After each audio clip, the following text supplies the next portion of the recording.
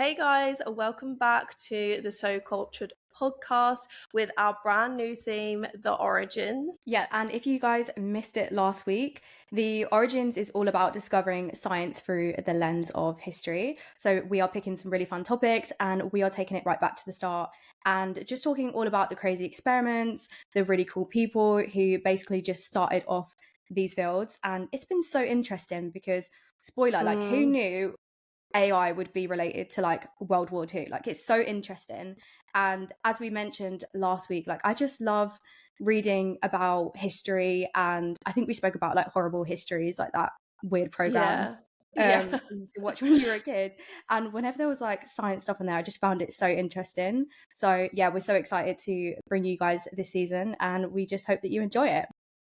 Yeah, and also if you did miss last week, you might be thinking, what on earth? Why is there only 2 people on the podcast?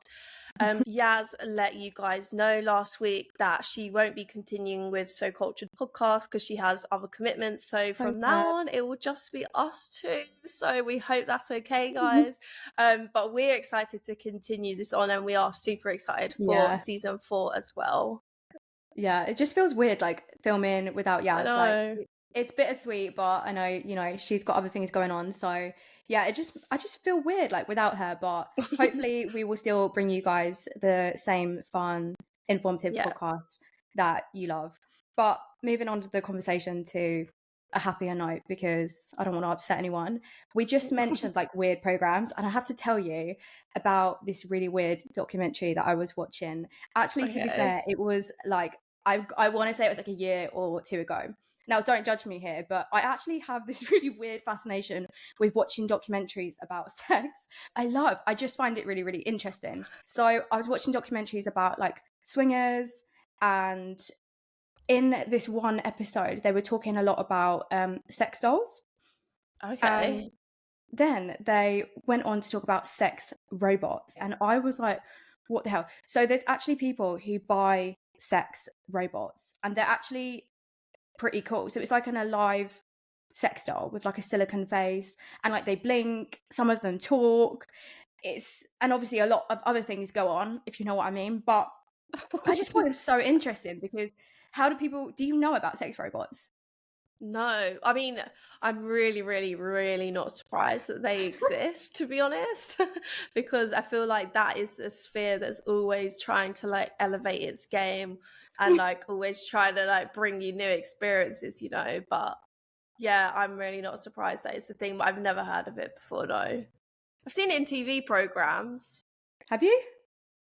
Yeah, I can't remember what it's called, but there was this program that was all about like everyone having a robot in their own home who's like there to serve them, and they just look like normal humans, and then the husband in the family started like having a relationship with the robot instead of his wife. Yeah, you know, we always joke about Elon Musk and what Elon Musk is going to invent next. I did Google. So for the listeners, I sent Taz a link earlier to the sex robot website, but when I Googled sex robots, it actually came up with something about Elon Musk and him developing sex robots. I didn't look into it, so I don't know if it's true, but that could be Elon Musk's next biggest invention is sex robots. So like if it is, we're definitely going to have to do an episode about like how they work and like the AI behind it and everything, because I feel like it's an interesting topic, you know? Yeah, the audience would want to know that for sure. I'm sure they would. Or maybe they just want to know about AI in general. And that is the topic of today's discussion. I'm going to be talking to you all about the origins of AI. So yeah, let's get into it. Welcome to the So Cultured Podcast, hosted by Liv and Taz, exploring the world of science and tech unfiltered. This season, we're diving into the origins and taking you on a thrilling journey through the breakthroughs and untold stories that shape today's biggest scientific fields. And of course, every episode brings the same mix of fun, fresh perspectives, and gossip, aka laboratea. From lab scandals to workplace drama, nothing is off limits. This is So Cultured Season 4, The Origins.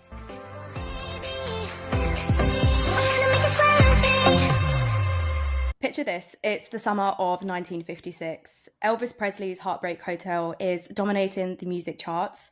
the first nuclear power plant is being built, and society is on the cusp of monumental technological advances. Meanwhile, in the quiet town of Hanover, New Hampshire, a more secret advancement is taking shape. At Dartmouth College, perched on a terrace above the Connecticut River, a group of visionary minds gathered. They set out to explore a radical idea. Could machines think? This gathering, known as the Dartmouth Conference, would ignite the spark that led to the birth of artificial intelligence as we know it today, shaping technology and society in ways that we are just beginning to comprehend. So join us today as we delve into the captivating history of AI, tracing its roots from those early discussions to the powerful technologies that now play a role in so many aspects of our lives. It's actually wild to imagine how far we've actually come since that conference in 1956. But Liv, we've obviously talked about AI in previous episodes, but for listeners who might be familiar with the term, but it's kind of unclear on the exact meaning, could you break down what artificial intelligence really is? Yeah, so artificial intelligence, or AI, is essentially the ability of machines to perform tasks that usually require like human intelligence. Think of it as a way for computers to understand natural language, recognize patterns, make decisions, and solve complex problems. Nowadays, AI is all around us, whether it's your virtual assistants like Siri and Alexa organizing your day, algorithms suggesting the next song for your playlist on Spotify, or sophisticated systems that help doctors or scientists like us make better diagnosis or scientific discoveries. It's kind of like woven into the fabric of our everyday lives. And we spoke a lot about AI actually in season 1, where we did an episode all about whether AI can predict your death. And we really got into like the nitty gritty of AI. So if you're interested in that, then definitely throw it back to season 1 and listen to that episode. But at its core, AI relies heavily on computer programming, which involves writing code to instruct machines on how to perform these intelligent tasks. It's fascinating to note that while the Dartmouth Conference was attended exclusively by men, the roots of computer programming trace back to a remarkable woman, Ada Lovelace. You may have heard of her name, but she is often regarded as the world's first computer programmer.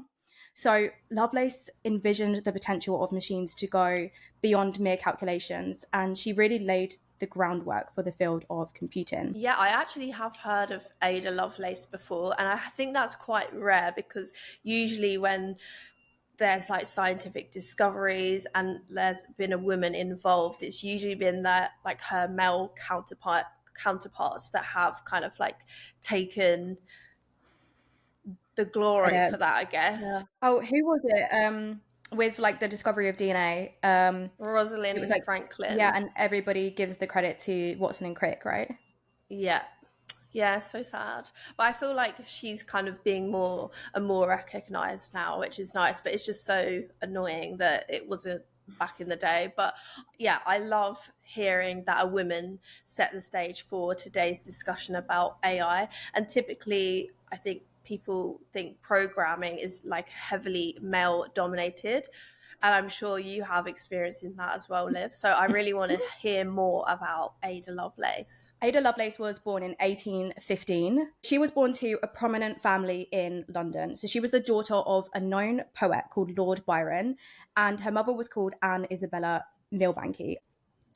Despite her father's like poetic fame, Ada's mother, who was highly educated, made a conscious effort to steer her daughter towards the rational world of mathematics. So as a child, Ada was actually often ill, and she experienced headaches that blurred her vision. And when she was 13, she was actually paralyzed after a bout of measles, and she was ordered to stay in bed for an entire year. Oh my But gosh. Ada didn't mind, as it allowed her to read books and she could use the time to design new machines. And she had a particular fascination for flying, and she actually even designed a flying machine as a young girl. Now, fast forward to 1833, at the age of 17, Ada attended a party with her friend where she met the renowned mathematician called Charles Babbage, who was 42 at the time. and their connection would profoundly impact Ada's life. At the party, he showed her his latest invention, the difference engine, which puzzled the other guests, but Ada immediately grasped its mechanics and was captivated. So after their initial meeting, Ada and Babbage spent hours discussing engines and mathematics, during which he introduced her to his ambitious project, the analytical engine, which I think is crazy because I feel like professors don't really have the time for students like this anymore. But whenever I hear about science, like literally in history, I feel like there's always like this really nice relationships between people, and this is how they end up creating really cool science. So I feel like professors should stop with the K sent from my iPhone and talk to students more. Yeah, and don't you think as well, like the standard education that we have now probably like really limits some people's creativity, because obviously she like did this, like she designed this flying contraption thing while she was like at home for a year because of measles, which is a good plug for vaccinations, by the way. Go get your measles vaccine. But yeah, I think it's mad that was kind of normal back then. And the creativity, freedom as well. That's just so true. Yeah. But yeah, so he showed her the difference engine. She thought it was just like incredible. And then he told her about this new project, which is the analytical engine. And he actually ended up asking Ada to help with an article on the analytical engine by an Italian engineer called Luigi. Okay. So not only did she translate the article, but she also added her own insights, making her version 3 times longer than the original. And in her notes, she explained how the machine could actually be programmed to calculate Bernoulli numbers, which are important in number theory. So many consider her contributions to be the first computer program. So although she didn't actually develop it, she basically like laid out the groundwork for like how it would actually work. Yeah. And I just think that's incredible because she was so far ahead of her time, because she didn't just see machines as tools for crunching numbers. She imagined them creating music, analyzing complex problems, and doing things that we might now call creative. And that's why so many people consider her to be the first computer programmer, even though she lived long before computers as we know them existed. Yeah, that's crazy. But here's the thing, Ada Lovelace's contributions weren't widely recognised during her lifetime, and the analytical engine was never fully built, and her ideas remained theoretical. So for decades, her work was mostly forgotten, and it wasn't until the 1950s, when computer science began to emerge as its own discipline, that her notes were rediscovered. Yeah, I honestly think that is like so bittersweet. Like she had all this brilliance, but again wasn't recognized until so much later, like obviously, so that she didn't see kind of like the outcome of her own contributions. And it really makes you wonder like how many other contributions have been overlooked. And it's wild to think that her work from the 1800s is still influencing us now, like before computers like were a thing. Really. Yeah, literally. It's crazy. It's just incredible. I can safely say that ain't ever going to be me, though. Do you know what I mean? Or that's nice to think about. Like, Same. you know, everyone would be like, oh, you're a shit scientist, Liv. But then maybe when I pass away, everyone would be like, wow, she was actually onto something there. Yeah, that is a nice thing to think, actually. Isn't it? Yeah. Your science might be shit in this lifetime, but in a few decades, people might think it's good. Something to hold on to. Yeah, let's hope so. Now, let's jump into the 1940s during World War II. So, the German military are using a machine called Enigma to encrypt their communications. These messages contained vital information, so things like troop movements, military strategies, and supply plans. So, obviously, cracking them was crucial for the Allies, or the Brits, to stay one step ahead of them in the war. And there's actually films about the Enigma. I can't remember what it's called, but I will put it in the episode description because there's a whole film about this. But Enigma scrambled letters using a combination of rotors, plugboard settings, and wiring.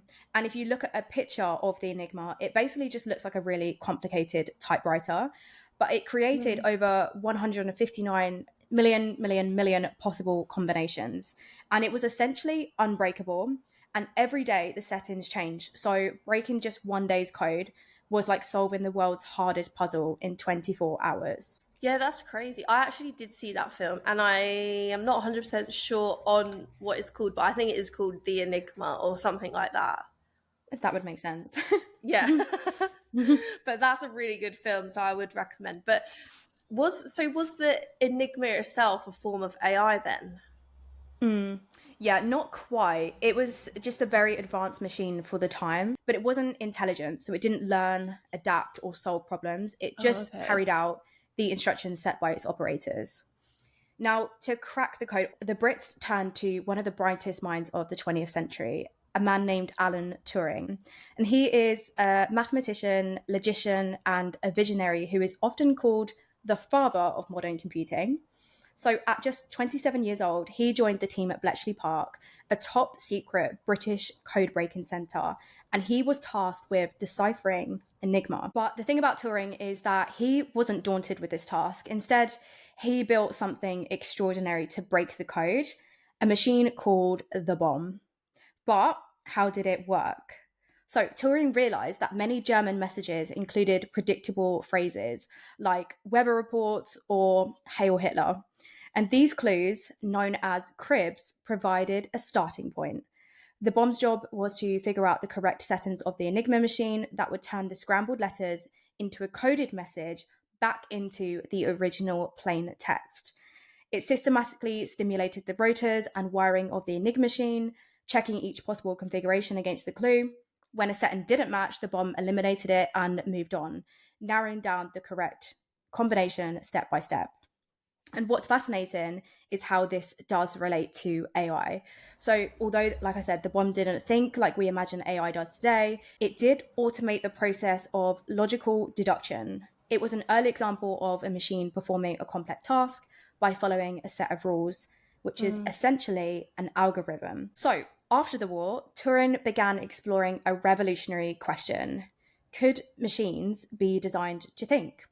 So in 1950, he published his now very famous paper called Computing, Machinery and Intelligence. And can I just say, I love how vague old papers titles used to be. Like now it's got to be so specific. And like I feel like back in the day, they were just like computer science. It's just like, I wish we still had them.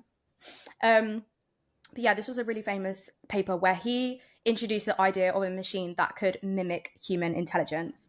And he proposed the now famous Turing test to determine if a machine can talk like a human. So this is how it works. A human judge would have a text-based conversation with two hidden participants. One of the participants would be a human and the other one would be a machine. And the human judge's job was to figure out which one was the machine. To pass the test, the computer had to be so convincing in its answers that the judge couldn't easily tell it apart from the human. And if the machine could do that, Turing said it could be considered intelligent. Oh my God, that's actually crazy that this was like the 1950s, because that really reminds me of like nowadays where people was like, is it a real photograph or is it AI generated? And like they're getting like obviously when it first came out, people had like 10 fingers on one hand and stuff like that, but now it's getting God, yes. so much more intelligent. So true. And so like, you know, the Coca-Cola ad, like the Christmas ad is all AI. So I haven't seen this, but I've seen all the controversy around it, but I haven't actually seen the advert. I mean, it does kind of look like AI, but I feel like the older generation are like, just can't comprehend it. They're like, what? I mean, I think it's really interesting what you said about hands, because AI used to be known for being really at making hands. When I watched the Coca-Cola video, obviously a lot of it is about hands because they're like holding a Coke and stuff. So I like really made a point of looking at their hands and they were all like pretty fine. So it's AI generated, like the full advert? Yeah, it says it in the bottom corner, like AI generated by X thing. So can't lie, I feel like that's kind of a smart, it's not ethical, but it's a smart marketing move because they know that's going to get people talking. Yeah. Just saying. And it has as well. Yeah, exactly. Look, we're talking about it on this podcast, so maybe someone walked to their fridge and was like, you know what, actually I do want a Coke listening to this. Success. I wouldn't mind a Coke, to be fair. I've got a Red Bull, a pink Red Bull. Anyway, let's go back to the Dartmouth Conference in 1956. Now, like I said, this is where AI officially began as a field of study. And the driving force behind it was a man named John McCarthy, an American computer scientist who coined the term artificial intelligence. Such a flex. Like, imagine being like, yeah, I'm the one who came up with the term Yeah, artificial intelligence. Crazy. for Now, sure. his goal was to design machines that could think like humans. And McCarthy didn't just dream big, he actually made it happen. So in 1958, he created Lisp, the programming language that became the backbone of AI research for decades. So without McCarthy, AI wouldn't have the name or direction that it has today. So now we've got ChatGPT and all of these super advanced AI systems, which is kind of crazy to think that that's only happened in the past like 60 years. My maths is not good. 50, 60 years. But where did that all begin? What was the first big win when it came to trying Turing's idea of machines talking like humans? Yeah, good question. So, the kind of like next big step in the evolution of AI came in the 1960s with the invention of ELIZA, which was the first ever chatbot. So, ELIZA was designed to simulate a conversation, specifically as a psychotherapist. Eliza worked by giving pre-programmed responses that made users feel like they were talking to someone who understood their problems. Which, like, get me an Eliza. Do you know what I mean? Like, where can I find her? I need that. For example, if you said, "I feel anxious," Eliza might reply with, "Why do you feel anxious?" And the idea was to keep the user talking, creating the illusion of a real therapeutic conversation. And of course, Eliza was limited because it was all like based off of pre-programmed responses. And so it didn't actually understand what people were saying, but it was still like a huge breakthrough in the field of AI. That's actually really crazy to think about. I think like looking forward in the future, like imagine if we have like instead of therapists, we just have like really, really intelligent AI that can like Doesn't sit that already in and exist? be. Does it? I If am it does, so sign I me am up. so sure. My friend, she is a very big advocate for therapy and she has gone for a number of years. She messaged me a few months back actually about this app that she was using and she actually like wasn't going to therapy for a while because she was literally just using this app. And I'm so Oh, sure it was an AI based therapy app. interesting. Maybe it does exist then. I just can't really imagine it being like amazing right now. Do you know what I mean? But maybe it is. Who I don't knows? know. I mean, just anyone to talk to sometimes. God, that sounds a bit depressing. Anyway. I feel like at this point we're each other's therapists. No, literally. And our listeners just have to listen into it. Anyway, after Eliza, AI took another leap forward with Dendril in the 1960s as well. So while Eliza focused on mimicking human conversation, Dendril was something completely different. It was the first expert system designed to replicate the decision making of a human expert in a specific field, chemistry. So, where Eliza relied on pre programmed scripts to simulate a dialogue, Dendril used rule based logic to analyze chemical data and identify molecular structures. So, it didn't just create the illusion of intelligence, it actually applied real expertise to solve complex problems. The key difference is their focus. So Eliza was about interaction and Dendril was about precision, helping scientists make breakthroughs in their research. And this kind of showed that although they both happened in the 1960s, it showed that AI didn't need to mimic humans to be powerful. In some cases, it just needed to specialize. So for example, this AI therapy app, like you could make it really, really good if you give it the right data to specialize Mm. like in psychotherapy.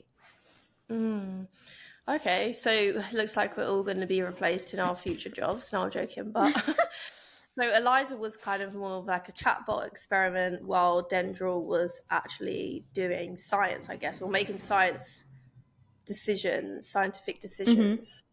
Yeah, so we don't need PhDs anymore. We'll just get the AI to do it. And that was back in the 1960s. It's crazy. I But know. the journey wasn't all smooth sailing. So after the successes of 𝗲𝘂𝗀 and 𝗀𝘀𝗃, AI entered what is now called the AI winter during the 1970s and 80s. Oh. And the AI winter happened because at the time, expectations for AI were sky high, but the technology wasn't advanced enough to actually deliver on these promises. So researchers aimed to create machines that could think like humans, but the hardware and algorithms of the times just couldn't keep up. And so governments and businesses, they were frustrated with slow progress. They started cutting funding and the interest in AI plummeted. So what was happening in AI during that time? Did the research just stop? Or like, because we know in science, when there's no funding, it does grind to a halt. And then when there's a ton of funding, like so much work gets done. So did it just stop? Yeah, not completely. So like while the push for general AI stalled, researchers kind of shifted their focus to more practical applications, like we've just spoke about, expert systems like 𝗀𝘀𝗃. And these systems used rule-based logic to assist with specific tasks, such as diagnosing infections in medicine. And even though it wasn't the kind of AI that people imagined, these systems were kind of what kept the field alive. But then in the mid-1980s, a breakthrough called backpropagation revived interest in neural networks, or just like the field of AI in general. So backpropagation is an algorithm that revolutionized how machines learn. So before it, training neural networks, and as we have already mentioned, we spoke in depth about what neural networks are, how they work in season 1, Can AI Predict Your Death? So if you want to learn more about neural networks and how they work, definitely go and listen to that episode. But these are models essentially inspired by the human brain.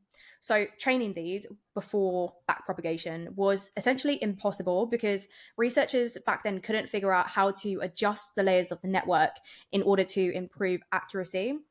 And once backpropagation came around, it kind of changed that by introducing a method to efficiently calculate and distribute errors across all layers of a neural network. So like that might sound confusing, but here's how it works.